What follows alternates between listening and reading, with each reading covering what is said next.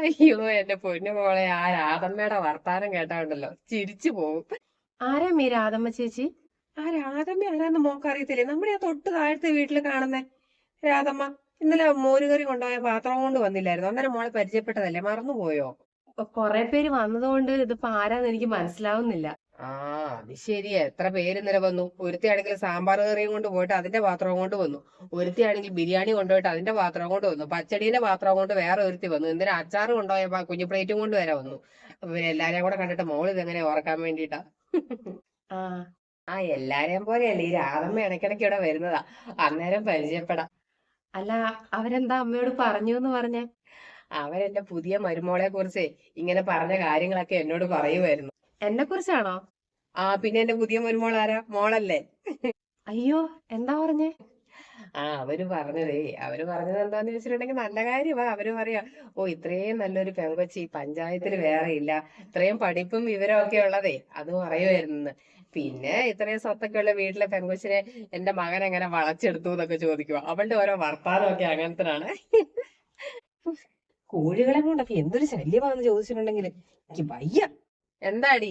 ഓഹ്, എന്റെ അമ്മ ആ രാധമ്മ ചേച്ചിയുടെ കോഴിയില്ലേ, ആ കറുത്ത കോഴി, അതിനെ കൊണ്ട് എന്തൊരു ശല്യമാണെന്നറിയാമോ? ഞാൻ നല്ല ഏറ് കൊടുത്തിട്ടുണ്ട്. മിക്കവാറും അതിന്റെ കാലൊടിഞ്ഞു കാണും. ഞാൻ കാലിലിട്ട് തന്നെ എറിഞ്ഞത്. ആ, ഒടിയട്ടെ നാശം പണ്ടാരം. എനിക്ക് രാധമ്മ ചേച്ചീനെ ഒന്നും എനിക്കിഷ്ടല്ല. രാധമ്മേനെ എനിക്ക് കണ്ടുകൂടാ.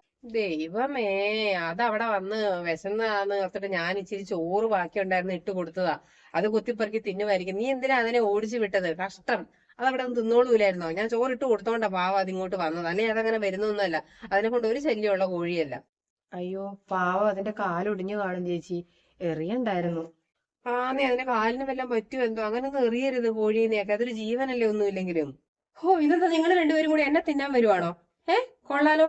ആ കോഴിയെ മുറ്റത്തൊക്കെ ഇങ്ങനെ നടന്ന് അപ്പിയിട്ട് വെച്ചിട്ടുണ്ടെങ്കിലേ ഞാനല്ലേ കോരാനുള്ളൂ. അല്ലാണ്ട് അമ്മയുടെ പണക്കാരി മരുമകളെ കൊണ്ടിട്ട് കോഴിയുടെ അപ്പി കോരിക്കാൻ പറ്റുമോ? എന്റെ അച്ഛൻ പിന്നെ ഒരു കൂലിപ്പണിക്കാരനാ. ഇതൊക്കെ നമ്മുടെ ജോലിയാണല്ലോ. അതുകൊണ്ട് തന്നെയാ കോഴീനെ ഓടിച്ചു വിട്ടത്. ആ, അത് കൊള്ളാലോ. ഈ പാവപ്പെട്ടത് പണക്കാരും എന്നുള്ള വർത്താനം ഒന്നും ഈ വീട്ടിൽ വേണ്ട കേട്ടോ. എനിക്ക് എന്റെ രണ്ട് മരുമക്കളും ഒരുപോലെയാ. ഞാൻ അങ്ങനെ വേർതിരിച്ച് കാണുന്നൊന്നുമില്ല. ഇനി ഇങ്ങനത്തെ വർത്താനം ഒന്നും പറയണ്ട മോള് വെറുതെ. ഓ, ഇതൊക്കെ നിങ്ങളുടെയൊക്കെ പ്രവൃത്തിയിലും കൂടെ കണ്ടാ കൊള്ളായിരുന്നു. ഈ പെണ്ണിന് തന്നെ പറ്റി? വല്ല വാതയും കേറിയോന്ന് ആർക്കറിയാം. ചവിട്ടി കേറി പോയേക്കുന്നു. ചിലപ്പം കോഴികളെ ഇഷ്ടമല്ലാത്തോണ്ടായിരിക്കും അമ്മേ. ഓരോരുത്തർക്കും ഓരോ ജീവികളെ ഇഷ്ടമില്ലല്ലോ. ഹോ, ആ രാധമ്മ ചേച്ചി എന്തൊക്കെയാ അമ്മയോട് പറഞ്ഞു കൊടുക്കുന്നത്? ഇത്രയും നല്ല മരുമോളെ നിങ്ങൾക്ക് എങ്ങനെ കിട്ടി? ഇത്രയും നല്ല പഠിപ്പും വിവരമുള്ള മരുമോൾ ഈ പഞ്ചായത്തിലുണ്ടോ? ഓ, പിന്നെ പഞ്ചായത്തിലെ പെണ്ണുങ്ങളുടെ മൊത്തം വിദ്യാഭ്യാസത്തിന്റെ യോഗ്യത അളന്നുകൊണ്ട് നടക്കുമല്ലേ അവര്. അവളെ കഴിഞ്ഞ് പഠിപ്പുള്ളവർ ഈ പഞ്ചായത്തിൽ ഇല്ല പോലും. ഇത്രയും സ്വത്തുള്ള പെണ്ണിന് നിങ്ങളുടെ മകൻ എങ്ങനെ വളച്ചെടുത്തു എന്ന്? ഓ, പിന്നെ വളച്ചെടുക്കാൻ ഇവളാരാ പറയണ്ട.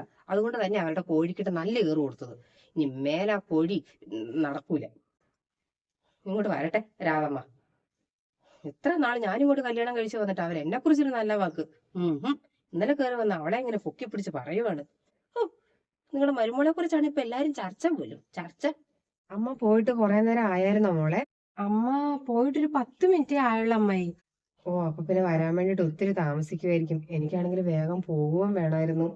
ഇപ്പൊ അവള് താമസിക്കുവാണെങ്കിൽ ഇപ്പൊ എന്താ ചെയ്യും? എനിക്ക് അവളെ കണ്ടിട്ടൊരു കാര്യം ഉണ്ടായിരുന്നേ, അതാ വന്നത്.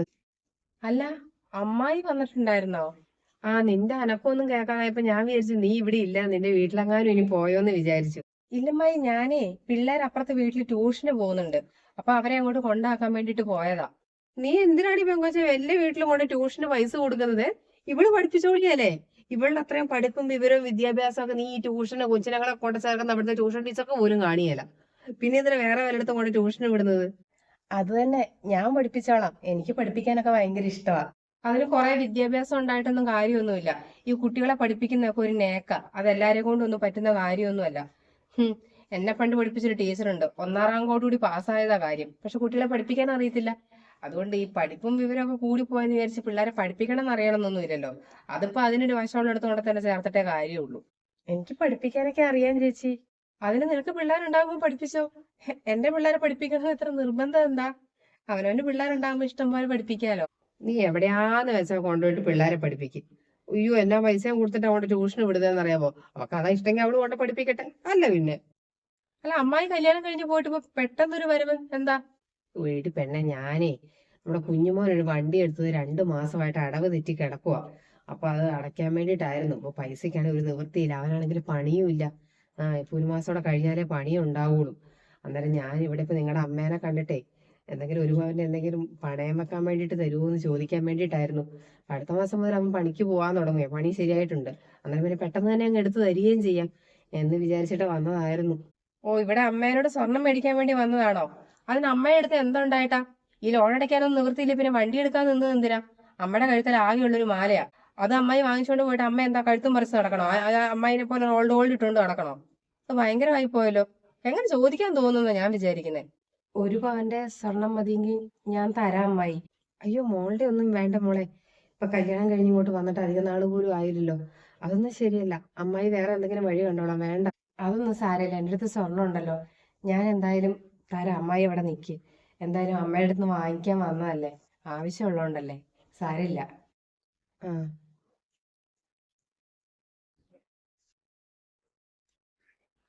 നീ എന്തായാലും ചെയ്തത് ഭയങ്കര മോശമായി പോയി തന്നെ.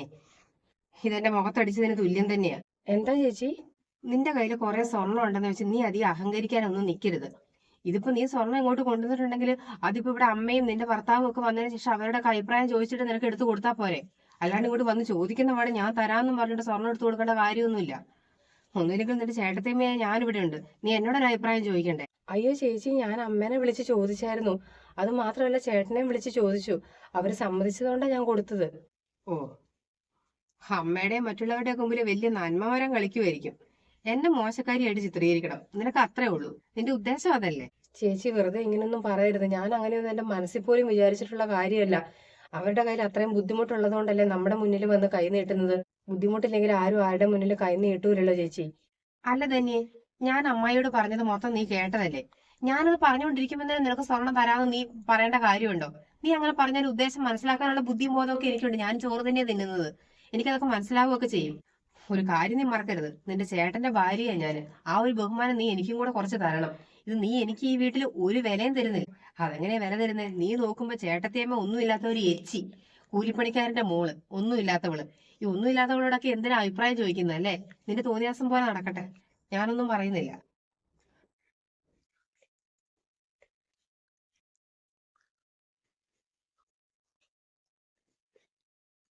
നിന്റെ മുഖം എന്താ പെങ്കൊച്ചി ഇങ്ങനെ വീർത്ത് കെട്ടിയിരിക്കുന്നേ?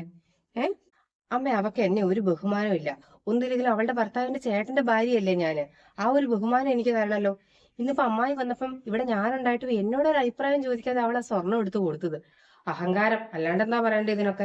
എടി മോളെ, അവൾ എന്നെ വിളിച്ചു ചോദിച്ചു, അമ്മ ഇങ്ങനെ അമ്മായി വന്നിട്ടുണ്ട്, ഒരു പവന്റെ എന്റെ ഒരു കുഞ്ഞു വള എടുത്ത് കൊടുക്കട്ടെ, അമ്മായി പെട്ടെന്ന് എടുത്തു തരാന്നാ പറഞ്ഞത്. അത് പോരാഞ്ഞിട്ട് അവനെയും വിളിച്ചു ചോദിച്ചു, അവളുടെ വീട്ടിലൊക്കെ വിളിച്ചു ചോദിച്ചിട്ടാണ് അവൾ എടുത്ത് കൊടുത്തത്. അവളുടെ കയ്യിൽ ഇഷ്ടം പോലെ സ്വർണ്ണം ഉണ്ടല്ലോ, അപ്പൊ ഒരു പവന്റെ ഒരു വള കൊടുത്താലും കുഴപ്പമില്ലാത്തോണ്ടല്ലേ അവൾ എടുത്ത് കൊടുത്തത്. അതിന് നിന്നോട് ബഹുമാനം ഇല്ലാന്നൊക്കെ നിന്റെ വെറും തോന്നലാ. നീ വെറുതെ ചിന്തിച്ചു കൂട്ടുന്നത്. ആ പെങ്കൊച്ചിന് വലിയ സ്വത്തുള്ള വീട്ടിലെ കൊച്ചാന്നുള്ളോ യാതൊരുവിധ അഹങ്കാരവും അതിനില്ല. ഇവിടെ വരുന്നവരോടും പോകുന്നവരോടൊക്കെ എന്ത് സ്നേഹത്തോടെയും ബഹുമാനത്തോടു കൂടി അവള് പെരുമാറുന്നത്. അത് മാത്രമല്ല, എന്നോടും നിന്നോടും ഒക്കെ നമുക്കൊക്കെ തരേണ്ട ബഹുമാനം ആ കൊച്ചു നല്ലോണം തരുന്നുണ്ട്. പിന്നെ ഇതൊക്കെ നീ വെറുതെ ചിന്തിച്ചു കൂട്ടുന്ന. അവൾ ഇച്ചിരി പണമുള്ള വീട്ടിലെ ആയതുകൊണ്ട് നീ നിന്റെ ഒരു അപകർഷതാബോധം കൊണ്ട് നീ ചിന്തിച്ചു കൂട്ടുന്നത് എന്റെ പെങ്കൊച്ചേ. ഹ്. ഓ, എനിക്ക് മനസ്സിലാവുന്നുണ്ടമ്മേ. ഞാൻ വെറും പട്ടിയാ, ഞാൻ വെറും പട്ടി. എന്നോടൊക്കെ എന്തൊരു അഭിപ്രായം ചോദിക്കാൻ വേണ്ടിട്ടാ? അല്ലെങ്കിൽ ഞാൻ ഈ വീട്ടിൽ ആരാ? ആ, ഒരു കാശും ഇല്ല, ഒരു ഗതിയും ഇല്ലാത്തവന്റെ മോള്. എന്റെ പൊന്ന് തന്നെയെ, നിനക്ക് എന്തിന്റെ സൂക്കേടാന്ന് എനിക്ക് മനസ്സിലാകുന്നില്ല. എന്റെ പെക്കൊച്ചെ, നീ നിന്റെ കാര്യം നോക്കടി മോളെ. നീ അവളുടെ കാര്യം നോക്കാതെ നിന്റെ കാര്യം നോക്ക്. അയ്യോ, എന്തൊരു കഷ്ടമായി ഇത്. ഓ, ഞാൻ എന്റെ കാര്യം നോക്കിക്കോളാം അല്ലേ? ഇപ്പൊ ഞങ്ങള് നിങ്ങള് എന്നൊക്കെ ആയി. എന്റെ കാര്യം നിന്റെ കാര്യം അങ്ങനെയൊക്കെ ആയി ഈ വീട്ടില്. മതിയമ്മേ, സന്തോഷമായി. ആ, അതേ പോയി ചാടിത്തുള്ളി, പിന്നെയും പോയി. അയ്യോ, ഇതിന്റെ കേടാന്ന് എനിക്ക് മനസ്സിലാകുന്നില്ല. ഇനി വല്ല അർച്ചനയെ കൊണ്ടുവന്ന് തലയ്ക്ക് പിടിപ്പിച്ച് പ്രാർത്ഥിക്കണോ, അതോ വല്ല മന്ത്രവാദീനെ കൊണ്ട് കാണിക്കേണ്ടി വരും ഇനി? അയ്യോ, ഹോ, ഹോ. ഓ, ഈ പിള്ളേരുടെ മേശയൊക്കെ കിടക്കുന്നത് ഇത് അടുക്കി പറക്കി വെക്കാൻ പറഞ്ഞാ കേക്കോ? ഇങ്ങനെ രണ്ട് പിള്ളേര്. ചേച്ചി, ചേച്ചി എന്തിനാ എന്നോട് ഇങ്ങനെ ഒരു ശത്രുവിനെ പോലെ പെരുമാറുന്നേ? ഞാൻ ചേച്ചിയോട് എന്ത് തെറ്റ് ചെയ്തിട്ടാ? എനിക്കാണെങ്കിൽ വീട്ടിൽ മൂന്ന് ആങ്ങളമാര് മാത്രമേ ഉള്ളൂ. അപ്പൊ ഇവിടെ ഒരു ചേച്ചി ഉണ്ടെന്ന് അറിഞ്ഞപ്പോ ഞാൻ എന്തോരം സന്തോഷിച്ചതാണെന്നറിയാമോ? എനിക്ക് സ്വന്തമായിട്ട് ഒരു ചേച്ചീനെ കിട്ടിയല്ലോ എന്നുള്ള സന്തോഷമായിരുന്നു. പക്ഷെ ഇവിടെ വന്നു കഴിഞ്ഞപ്പോഴും ചേച്ചിയാണെങ്കിൽ എന്നെ ഒരു ശത്രുവിനെ പോലെയാണ് കാണുന്നത്. ഒന്ന് സംസാരിക്കുകയോ ഒന്നുമില്ല. ഞാൻ എപ്പോൾ സംസാരിക്കാൻ വന്നാലും ചേച്ചി ഒഴിഞ്ഞു മാറി പോവുകയും ചെയ്യും. എനിക്ക് നിന്നോട് ഒരു ദേഷ്യമില്ല. പക്ഷെ നിനക്ക് നല്ല അഹങ്കാരമുണ്ട്. കുറച്ച് പണവും സ്വത്തും സ്വർണവും ഒക്കെ ഉള്ളതിന്റെ അഹങ്കാരം. എനിക്ക് പണ്ട് മുതൽ ഈ അഹങ്കാരം ഉള്ളവരെ എന്റെ കണ്ണിന് കണ്ടുകൂടാ. എനിക്ക് പണക്കാരെയെ കണ്ടുകൂടാ. അതിൻ്റെ കൂടെ അഹങ്കാരം കൂടെ ഉണ്ടെങ്കിൽ പിന്നെ പറയേ വേണ്ട. അല്ലാണ്ട് നിന്നോട് എനിക്ക് ദേഷ്യമൊന്നുമില്ല. നിന്റെ അഹങ്കാരം കുറച്ചാ കൊള്ളാം, അത്രേ ഉള്ളൂ. ഞാൻ എന്ത് അഹങ്കാരമാണ് ചേച്ചി കാണിച്ചത്?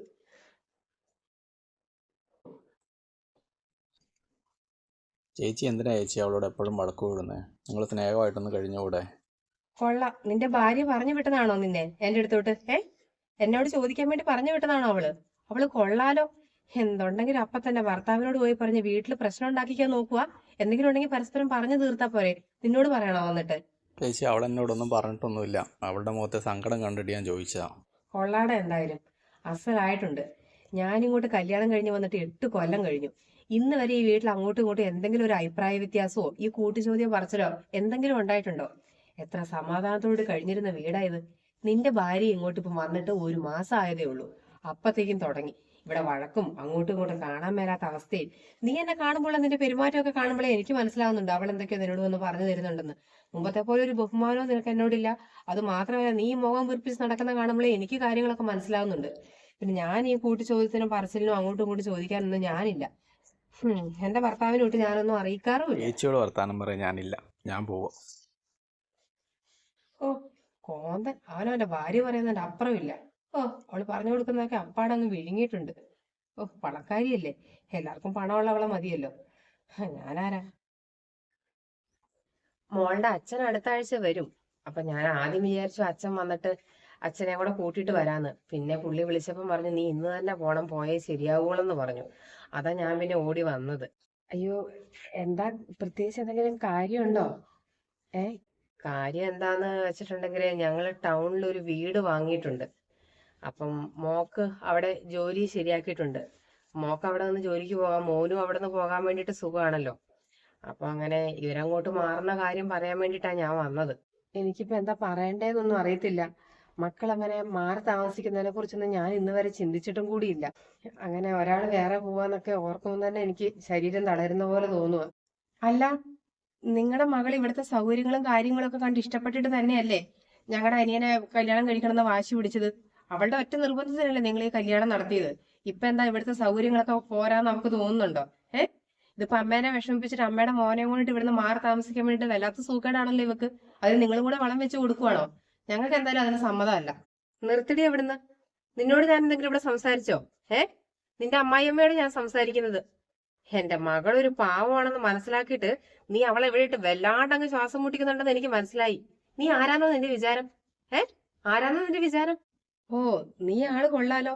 ഇവിടുത്തെ കാര്യങ്ങളൊക്കെ എന്തെങ്കിലും ചെറിയ ചെറിയ അഭിപ്രായ വ്യത്യാസങ്ങളുണ്ടെങ്കിൽ അതൊക്കെ വള്ളി പുള്ളി തെറ്റാതെ അമ്മേനെ വിളിച്ച് പറയുന്നുണ്ടോ? നിന്റെ ഉദ്ദേശം എന്താ? ഈ വീട്ടിലെ പ്രശ്നം വന്ന് നാട്ടുകാരെ ബോധ്യപ്പെടുത്തി കൊടുത്തിട്ട് ഈ കുടുംബത്തിന്റെ മാനം കളയാൻ വേണ്ടിയിട്ടാണ് നിന്റെ ഉദ്ദേശം? ഞാനൊന്നും ഇന്ന് വരെ ഞാനും ചേട്ടനൊക്കെ തമ്മിൽ എന്ത് അഭിപ്രായ വ്യത്യാസം ഉണ്ടാവും?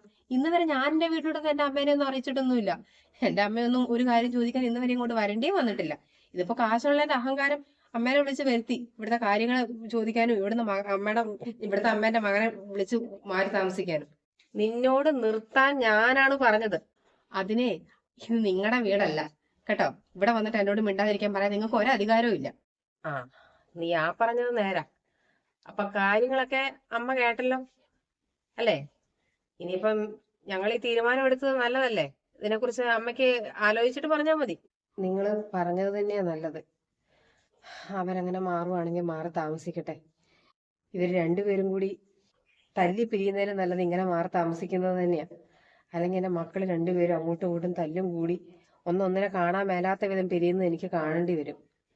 നിങ്ങൾ പറഞ്ഞത് തന്നെയാ നല്ലത്. പെട്ടെന്ന് കേട്ടപ്പോഴേ എനിക്ക് പെട്ടെന്ന് അംഗീകരിക്കാൻ പറ്റാണ്ടായി പോയതാ. നിങ്ങൾ പറയുന്ന പോലെ തന്നെ ചെയ്യാം, അതാ നല്ലത്. ആ, അത്രേ ഞങ്ങൾ ഉദ്ദേശിക്കുന്നുള്ളൂ. മാറി നിന്നിട്ടുണ്ടെങ്കിൽ ആ സ്നേഹം എപ്പോഴും ഉണ്ടാവും. വെറുതെ ഒരു വീടിനകത്ത് ശ്വാസം മുട്ടി വഴക്കും പടയും കൂട്ടിയിട്ട് ജീവിച്ച നാട്ടുകാരെ കൊണ്ട് പറയിക്കേണ്ട കാര്യമില്ലല്ലോ. അത് മാത്രമല്ല, ഇങ്ങനെ ഇവളുടെ വായിരിക്കുന്നതും കേട്ട് ഇവിടെ നിൽക്കേണ്ട ഗതികേട് ഞങ്ങളുടെ മോക്കില്ല. ഇങ്ങോട്ട് മര്യാദക്കാണെങ്കിൽ ഞങ്ങൾ അങ്ങോട്ടും മര്യാദക്ക്. അല്ലാണ്ടേ കൊലയ്ക്ക് കൊടുക്കാൻ വേണ്ടിട്ട് കെട്ടിച്ചു വിട്ടതല്ല ഇങ്ങോട്ട്. അപ്പൊ എത്രയും പെട്ടെന്ന് ഇവരങ്ങോട്ട് മാറേണ്ട കാര്യങ്ങൾ ബാക്കി കാര്യങ്ങളൊക്കെ അച്ഛൻ അടുത്ത ആഴ്ച വരും. അപ്പൊ അടുത്ത ആഴ്ച തന്നെ വീട്ടിലെ ഹൗസ് വാമിങ് നടത്താൻ വേണ്ടിയിട്ടാണ് ഞങ്ങള് തീരുമാനിച്ചേക്കുന്നത്. അമ്മേനെ പിരിഞ്ഞു നിൽക്കുന്നതിൽ എനിക്ക് വിഷമമൊക്കെ ഉണ്ടമ്മേ. പക്ഷെ എന്തായാലും ഞങ്ങൾ ഇവിടെ നിന്നിട്ടുണ്ടെങ്കിൽ ശരിയാവൂലെന്ന് തന്നെ എനിക്ക് തോന്നുന്നത്. ചേച്ചിക്ക് ഒരിക്കലും എന്നെ സ്നേഹിക്കാനോ അംഗീകരിക്കാനോ പറ്റൂലാത്തിടത്തോളം കാലം ഇത് വഴക്കാവുകയുള്ളൂ. അതുകൊണ്ട് എന്തായാലും മാറി താമസിച്ചോളാം ഞങ്ങള്. അമ്മ എന്തിനാ ഇതൊക്കെ സമ്മതിച്ചു കൊടുത്തത്? അമ്മ എന്തായാലും ഇതിനെ ശക്തമായിട്ട് എതിർക്കണം. അവര് പറഞ്ഞത് കേട്ടോ, അടുത്ത ആഴ്ച തന്നെ വീട്ടിലേക്ക് മാറി താമസിക്കുവാന്ന്. അപ്പൊ അവരതൊക്കെ എത്ര പെട്ടെന്ന് സെറ്റ് ആക്കിയതൊന്ന് ചിന്തിച്ചു നോക്കിക്കേ. അമ്മ എന്താ ഒന്നും മിണ്ടാത്തത്? തൃപ്തിയായോടി നിനക്ക്? നിനക്ക് സമാധാനമായോ? അവരെവിടെയാന്ന് വെച്ചാ പോയിട്ട് സമാധാനമായിട്ട് ജീവിച്ചോട്ടെ. നിനക്കതുപോലെ.